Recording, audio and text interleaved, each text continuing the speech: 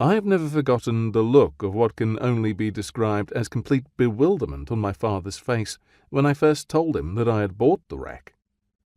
Perhaps he could not believe what he was hearing, or maybe he just thought that his son and heir had finally lost his few remaining marbles.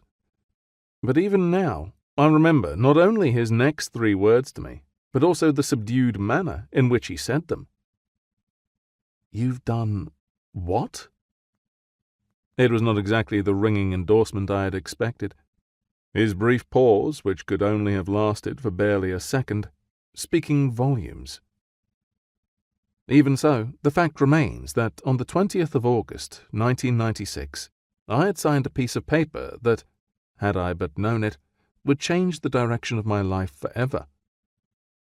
The whirlwind of circumstances over the previous days had been so unexpected that I'd hardly had time to catch my breath before the deed was done.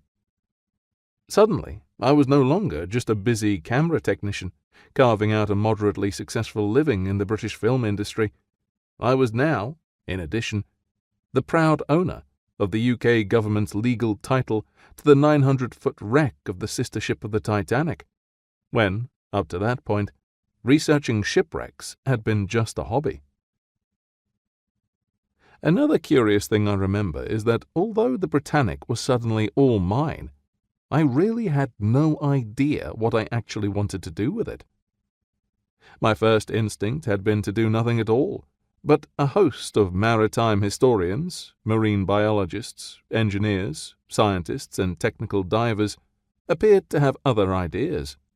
They certainly gave me ample food for thought, and it didn't take me long to realize that, in spite of what the legal paperwork stated, the reality was that I would never control the Britannic.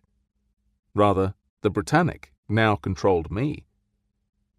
Suddenly, I was headed down a road to somewhere I would never previously have thought possible, turning round every now and then to make sure that no one was taking any pot shots at the target now fixed firmly to my back.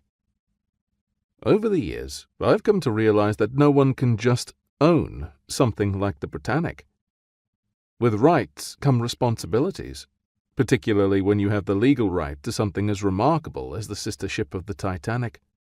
So, in spite of my evident naivety at the outset, I suspect that, deep down, I always knew that I was not embarking on an ordinary voyage of discovery. Like bootlegging in America during Prohibition, working on the Britannic has not just been a job, it's been more of an adventure. Inevitably, everything that has been achieved over the last 20 years has come at a cost, not just financial, but also personal and professional, so the time has come to put things into their proper context, while, at the same time, acknowledging the work of the many individuals and organizations who have helped to make it all possible. Whether doing so will help me to understand how a simple hobby ultimately turned into a life-changing obsession is another matter.